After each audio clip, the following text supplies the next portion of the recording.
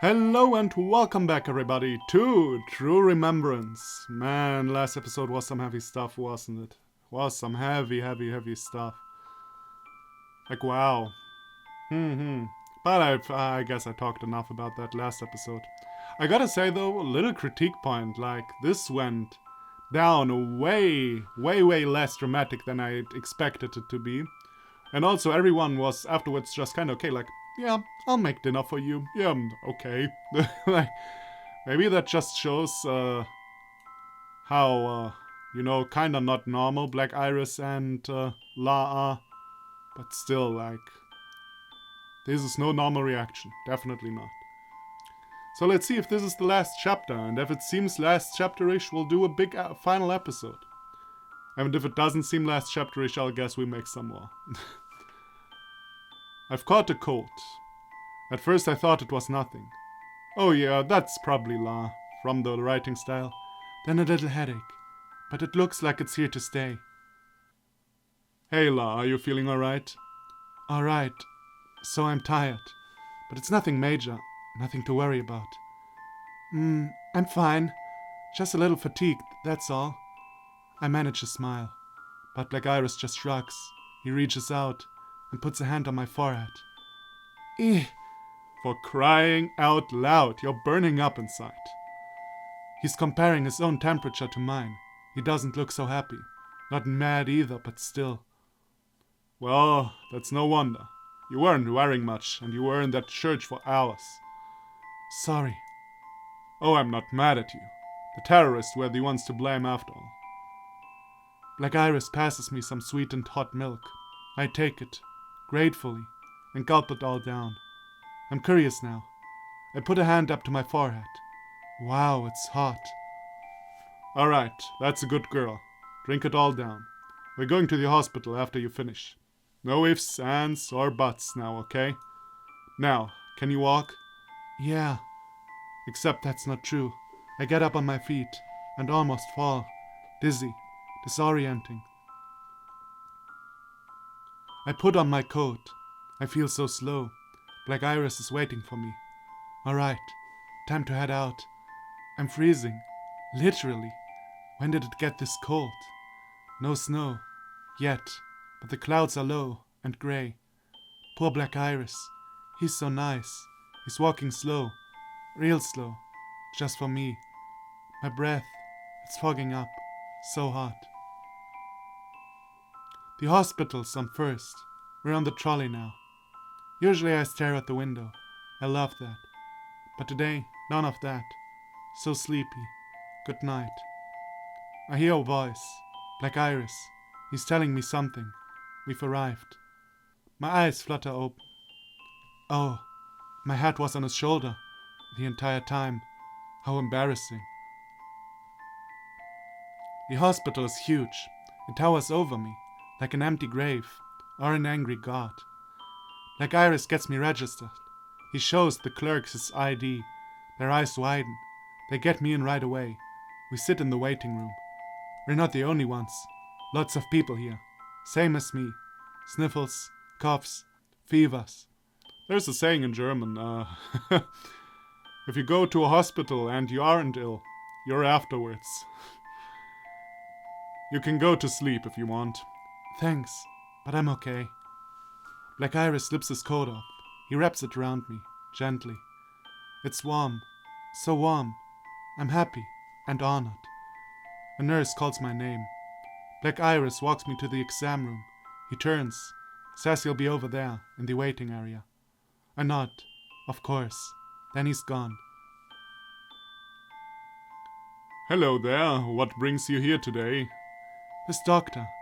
He sounds nice. So I tell him, I've caught a cold. He nods, asks a few more questions, tells me he needs to listen to my chest, takes out a stethoscope. Not easy in English.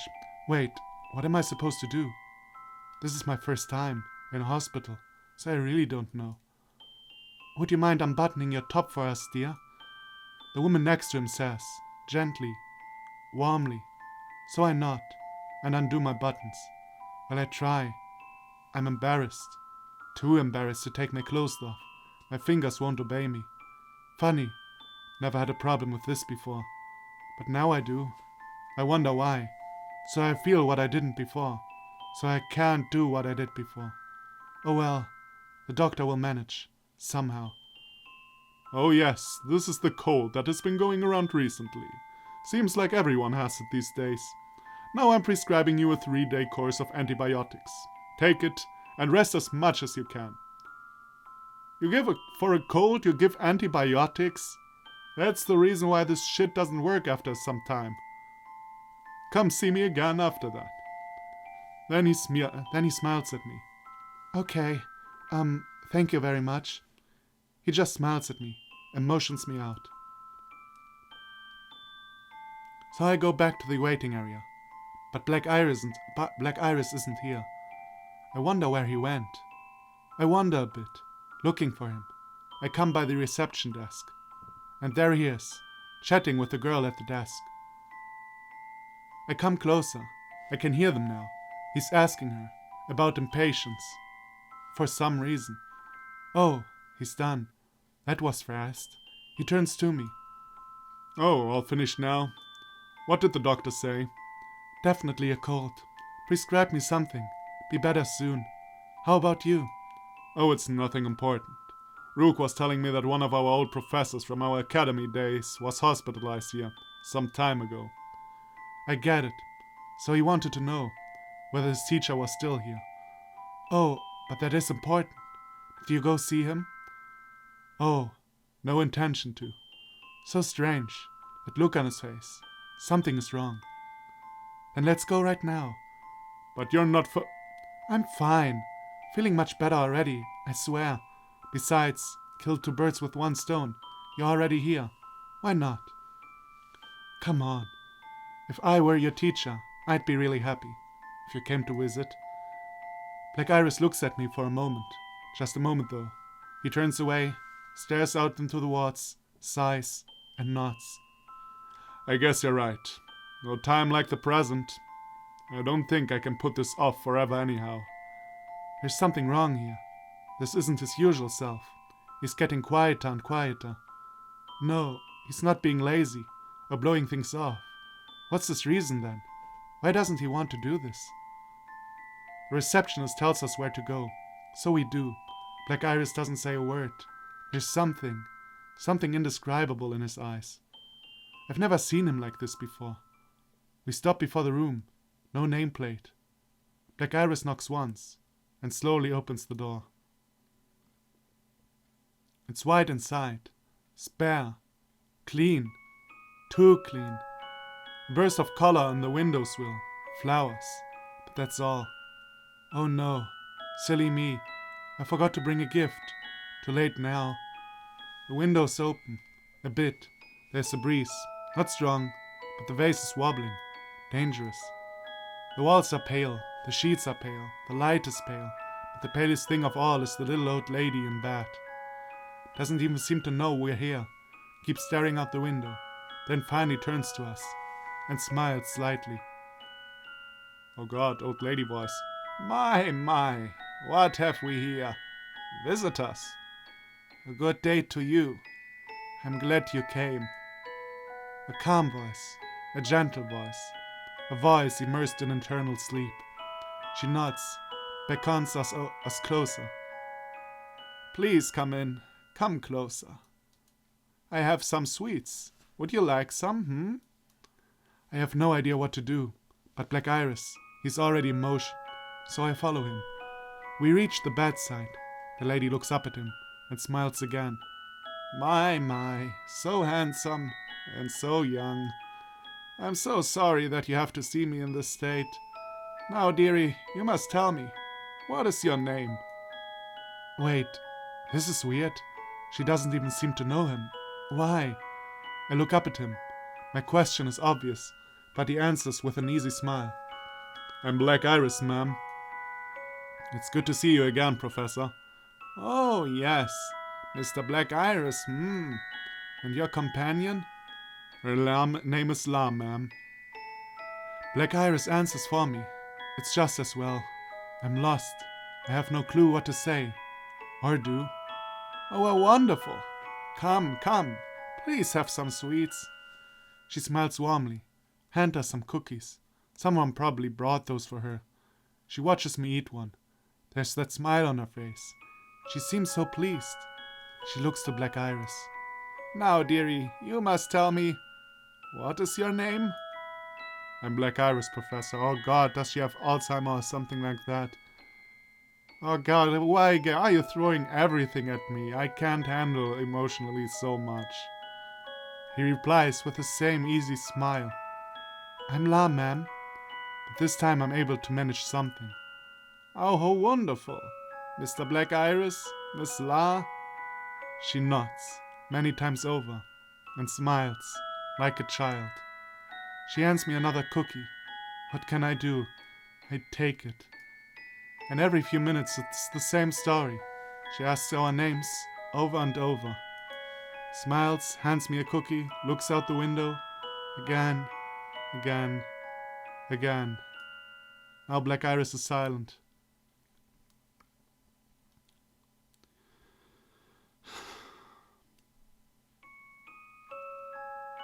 He just watches over his teacher's room.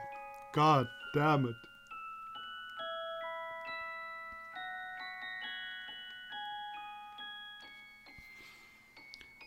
He just watches over his teacher's wrinkled lined face. There's that look in his eyes.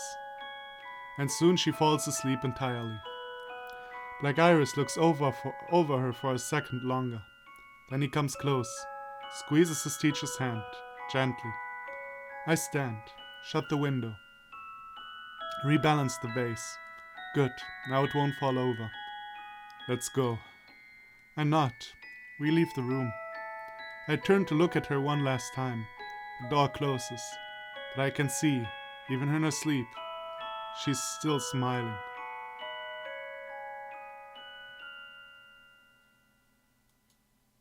Our professor was already on the verge of retirement when she taught our class.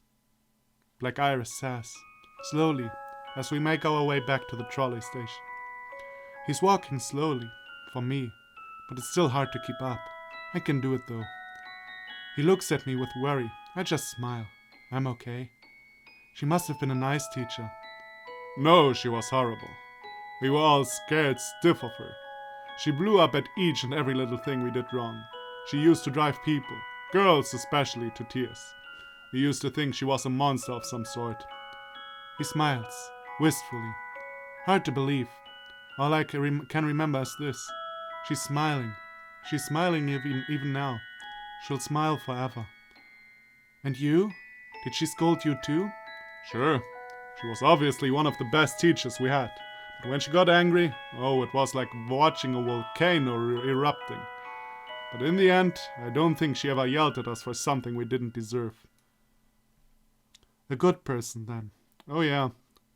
I had a teacher like this. As well. Like, he was actually my English teacher in the 5th and 6th grade, and later my French teacher. Like, he was harsh and strict, but always a total fair man. I had different teachers who were like, when they were angry, they were scary, but they were scary for no reason, you know. They got angry at you when they had a bad day. You know what I mean? But that man, my English and French teacher, he was always fair. You can't say that he was unfair. He was really always a fair man, and I appreciate that. You could say that. There's that something in his eyes again. He's agreeing with me. But he's not really. She really cared a lot about her students. Still, I never liked her much. Why?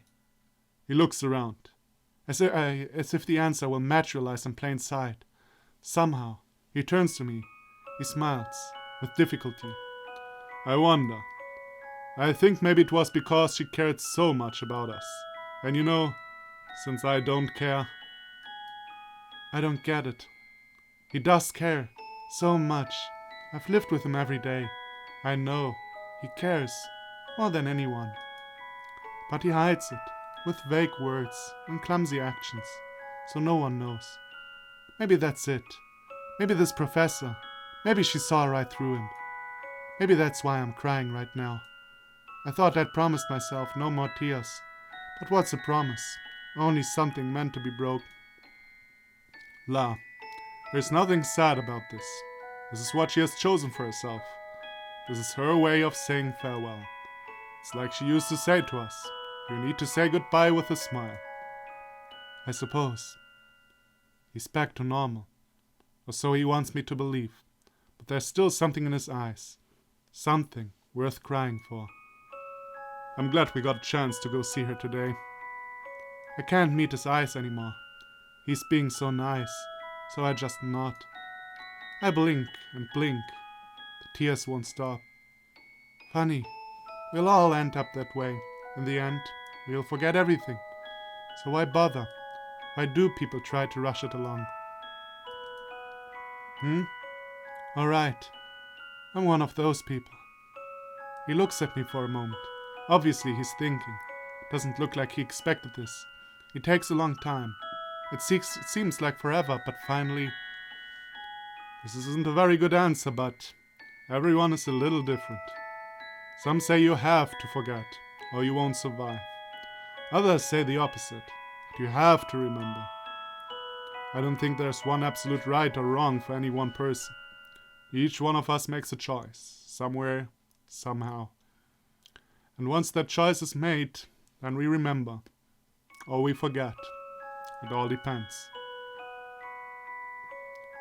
I repeat his words over and over, to myself, inside. I don't ever want to forget them. I'm getting sleepy. We're back on the trolley now. Time to sleep. But I know, I can't escape. Someday, the day will come.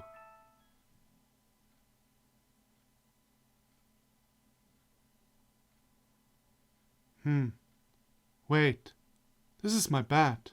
At home. When did we get here? God damn it. Okay, let me breathe for a second. And let me drink something if there was something close to me. Yeah, fuck the drinking. It's not like I have a cold or something and my throat is in pain. God damn it. Man. Now I'm playing this stuff with the terrorist stuff and now the Alzheimer stuff's right back to back. That's probably why I was like already so emotional to begin with. But man, I there's one thing I really can't deal with. It's like Alzheimer's and stuff. It's so fucking sad. It is so fucking sad. Like I was really close to like bursting really out into tears. I mean, I cried a little, but man, I was really close to that point where really I was breaking down. Even though it wasn't, I mean, it was a person just introduced. It's just, I guess, kind of the topic that is a bit like the trigger for me. Man, this ending up this way, you know, having lived a normal life, never doing anything wrong, just doing what you're doing, and someday you probably don't recognize even your own family and your friends and nobody anymore. And you're just shadow of your former self. Like a walking, talking corpse, you know. That sounds way too much like zombie. The way I said it right now. That sounds way too much like zombie. And it's just not fair. It's just not fair. Wait. This is my bed. At home. When did we get here? The room is dark. I can't see a thing. What happened to me? Well, I can tell one thing.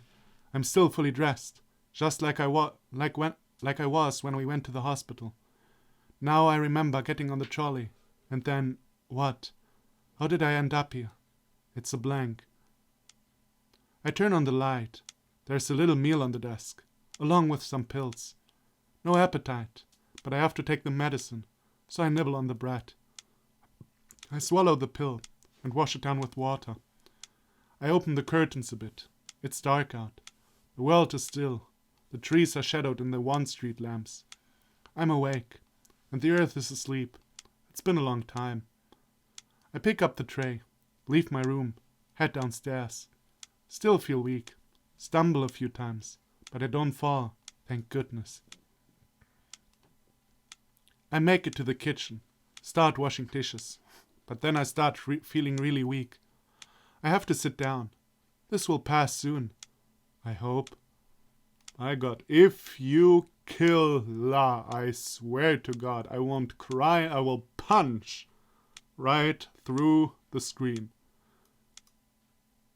I swear to God. So I sit, put my head down on the table, wait, and then suddenly I feel someone touching my hair, gently. Feels nice, comforting, so I stay still for a while. But I can't stay like this. I open my eyes, lift my head up off the table. Sure enough, it's Black Iris. He looks worried. I knew it was him to begin with, but I'm still so embarrassed. Don't push yourself now. It would have been fine. I would have cleaned up after you.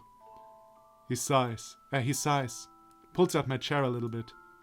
I make little movements, but I know not to try to get up. That wouldn't work. When you've got a cold like this, the first thing you ought to be doing is resting as much as you can. But you never do. That's why you got this bad in the first place. So come on, I'm putting you back to bed. Can you stand? Yeah. I put my hands on the table to steady myself. I try to stand, but I can't. I have no strength. You know what also makes me sad? Doing this voice. This voice is, I mean, it fits a character. It's so full of melancholy and it's sadness and kind of, at the same time, gentleness. I make my own self sad with this fucking voice. So weird. It's as if I'm not in my own body anymore. Everything is so distant. Black Iris looks on for a second, and then he comes behind me, scoops me up in his arms, starts carrying me up the stairs. But he ignores my feeble protest. He just keeps walking on up. Wait a minute. When we got off the trolley, did you carry me all the way home? Sure, on my back though, not like this. You were fast asleep, and it wasn't any problem. I'm so embarrassed I can't even speak for a second. You should have woken me up. And even if I did, you wouldn't have been able to walk anyhow. Don't worry about it. You're so light anyhow. Almost too light, if you ask me. That's not the point. Nobody carries me on his back. Nobody. Not even Pops did. Just the thought of it makes me dizzy. Can't see straight anymore. What a day. He puts me down in bed, makes sure the blankets are thick and warm enough, tucks me in tight. He's about to turn off the lights, but I stop him. I'd like that on, please. I hate the dark, especially when I'm feeling this way. Are you scared? No way! Oh wow, that was quite a shout. I can tell. Black Iris is looking at me, with that smile. He thinks this is funny. I always fall for that. Okay, then I'll leave the lights on, but aren't you going to sleep? Not yet. Still wide awake, actually. I just got up after all. Sure, I'm feeling weak, tired, sick, but not sleepy. He thinks about it for a moment, and then he brings a chair next to the bed, sits down, so he'll be watching over me. That's sweet. This brings back memories. Pops used to do this for me. Every time I couldn't sleep, he used to tell me stories, which is why I can't help but ask. And will you tell me a bedtime story? Wait, who? Me? He's smiling again, looks surprised and amused. Maybe people don't do this anymore, in this day and age. Oh, I thought my parents always did that for me. Yes, you, see, Pops always used to read me something before I went to sleep. Pops used to read you something? Huh, Well, hey, sure, why not? What kind of story would you like? I'll warn you beforehand, I'm horrible with fairy tales, though that is probably not the best choice. He finally nods. This makes me happy. Real happy. So happy that I almost get up out of bed. But he stops me from doing that. He doesn't get it. But I'm still so happy. Because see, even if I have to tell him, I don't want a fairy tale. Tell me a story about you. Tell me your story. I'm not that interesting. I still want to hear it. Unless you don't want me to know. No, well, it'll be okay. I'm not thinking so well right now. I probably forget everything. So, please. And there's no point in me telling the story, is there? I remember everything. So please. Funny, he doesn't seem to want that either. But he finally gives in. So I wait. He's still sitting here, of course. But he's actually far away now, in the past. Let me see. You'd never guess it, but I used to live in a place far, far away from this place. Farther than the city limits? Yeah, much, much farther. So far away that you wouldn't believe me, even if I told you. I wouldn't be able to imagine it. I can't. I'm trying, but I can't. Even this town, it's huge. Never been a place like this before. Where I used to live, there was no talk of memory sites, or psychic corrosion, or the dolor. So naturally, I didn't even know that any of it even existed. Wow. What was it like, this place? Could you see the ocean? Or the mountains? Man, I really had to make a little break here. I needed to drink something. I've never seen either, so I want to tell me. I want him to tell me. I want to see. I want to see what he's seen. This world is large. Larger than I know. Maybe even larger than he knows. And beautiful. But Black Iris just sighs. He smiles. He looks kind of annoyed. It wasn't that great. I think I'll stop here. This isn't something you should be hearing right before you sleep anyhow. No fair! I almost spring out of bed. For the second time. This time I come so close. Black Iris looks at me. He's shocked. He sighs. And tells me, fine, alright, just lay back. I tell you. So I'm happy. Happy to do as he says. How should I put this? See, the place I used to live was a lot like here, in that it was out in the middle of nowhere. But it was bigger, darker, an urban sprawl filled with intersections that all led nowhere. Intersections? All led nowhere? Indeed. It was crazy. A billion roads going a billion different directions. The more you headed in, the darker it got. It was almost like the closer you got to the heart of the city, the murkier your own heart became. That's why the place was the way it was, I think. A dead end at every turn, no matter which road you took. Unfamiliar people and unfamiliar buildings, no matter how long you'd been there. Imagine, a city always in free fall. He turns to me, asks if I get what he's saying. I nod. But that's a lie. I don't understand, at all. It makes me sad. Sad that I can't even imagine where he's been, where he was born. But one thing is obvious. This hometown of his, it's a horrible place. A place where beauty is dead. A place forever in freefall. A place I don't want to be. Day and night, the factories belched foul-smelling clouds from the smokestacks. Everything stank of industry. I worked in one of those factories when I was a kid, but I had to quit. Why? I wonder. I was so young then. I don't really remember. But if memory serves, and it really doesn't, then it wasn't that I quit more than I ran away for dear life. He shrugs. It's almost like he's talking about a total stranger right now. I think I still had some hope back then. I think I didn't want to die. That's why I ran. Then I really had to scrape along, doing whatever I could just to get by. Lots of people were in the same situation I was.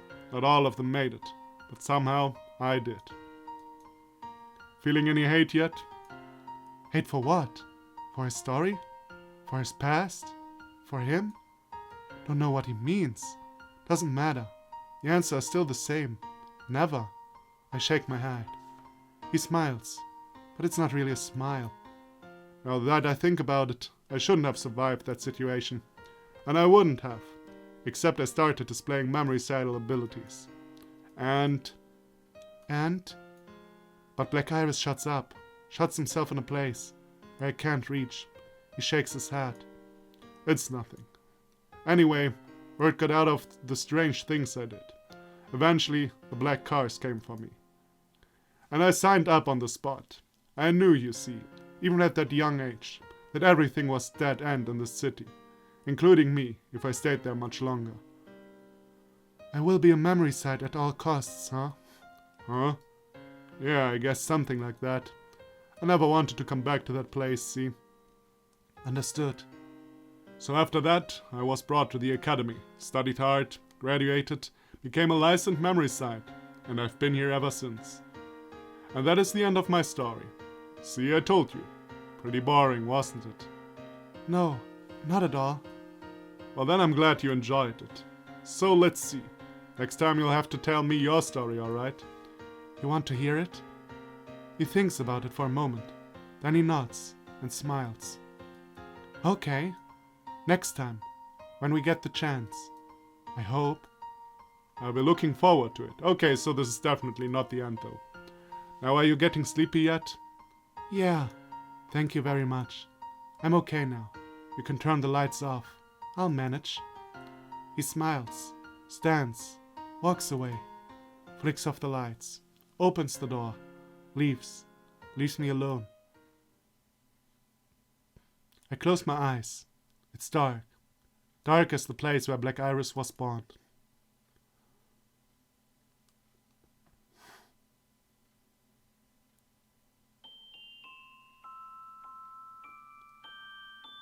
Or maybe it is. I thought the chapter would be done by now.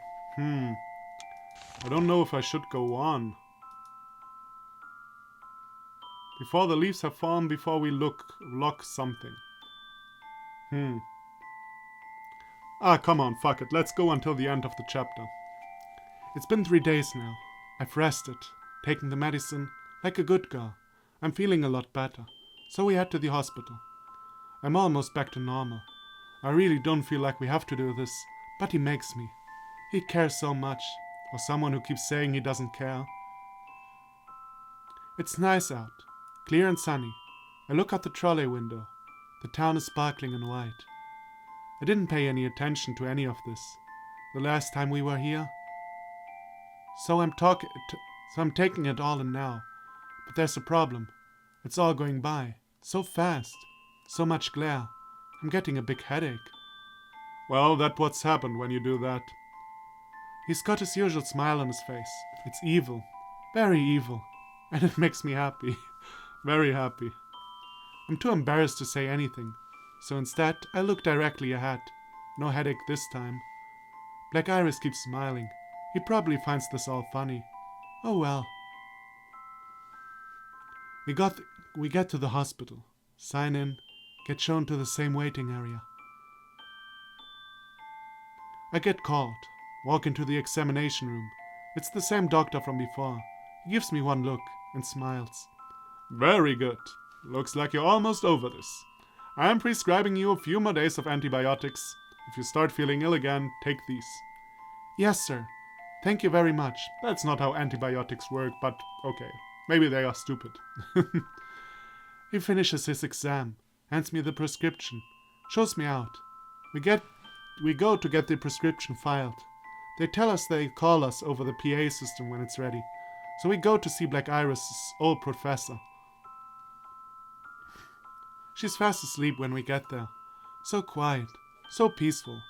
I don't want to wake her. The window is open. A crack, just like last time. I can feel the breeze. It's tickling the curtains. The vase is right where I left it, but the flowers are different now.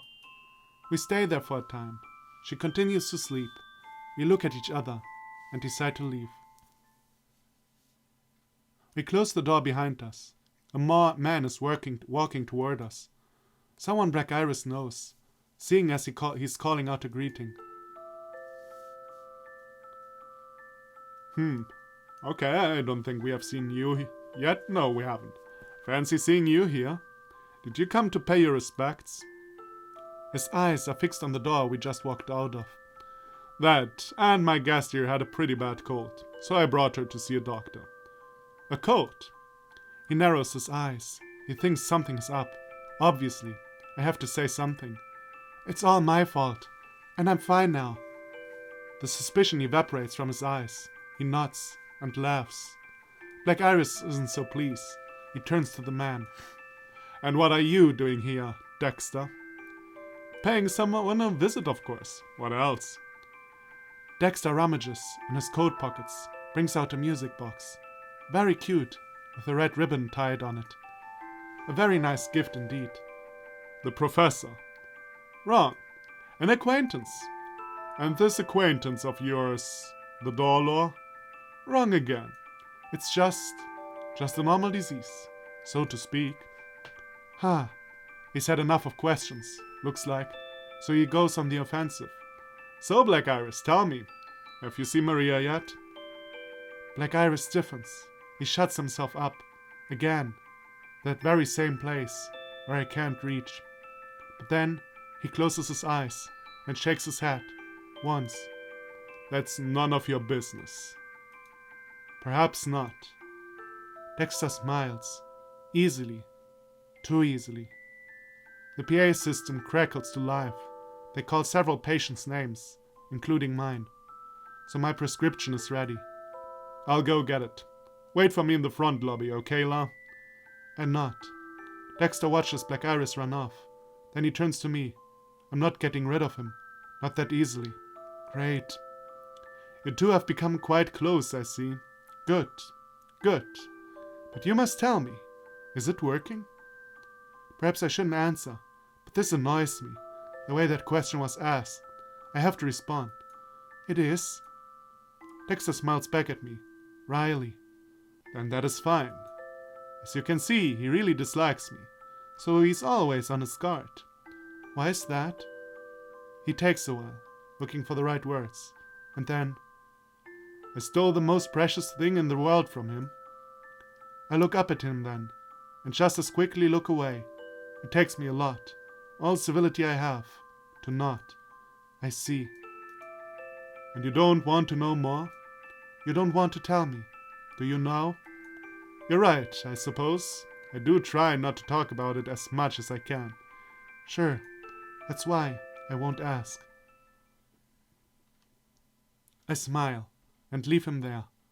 I can feel him watching me for a long time, but the next time I look back, he's heading in the opposite direction.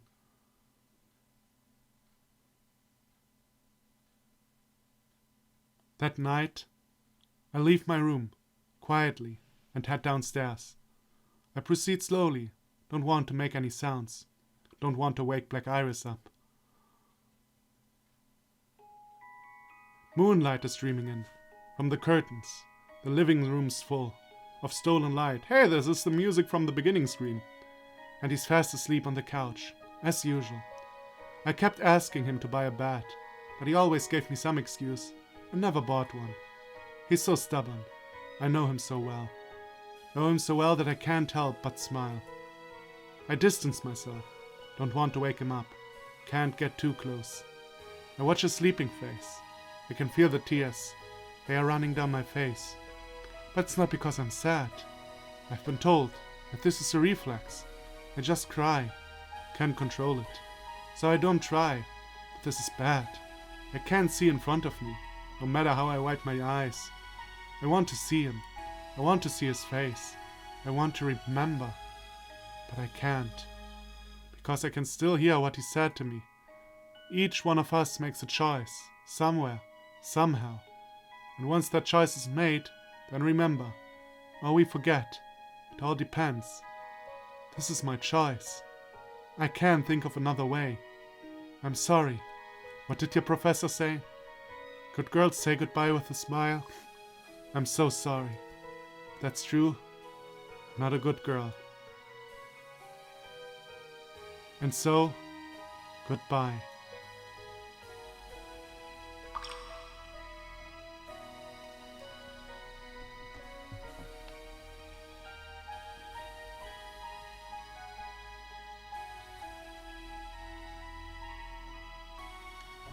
I dreamed about the moon that night. It was pale and cocooned in wispy clouds, high up in the dark. I peered up at it, or it peered down at me. I couldn't really tell which. It didn't really matter. No, that is, first of all, that is not La anymore. That's someone else. No, it isn't La anymore. But it feels we're close to the climax, so let's keep going. The echoes of its song danced in the empty spaces, beyond the rustling of leaves and the tinkling of snow. It was soft, so soft that I shouldn't have been able to hear it, and yet I did. I knew this melody. I knew it by heart. I knew it so well that it filled me up and drowned me from within. I could not breathe. So I clapped my hands to my ears. I didn't want to hear anything anymore.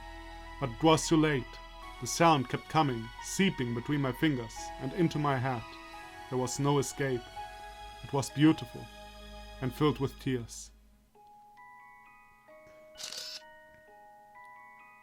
Okay, this is a whole new chapter. No, then we're not doing this.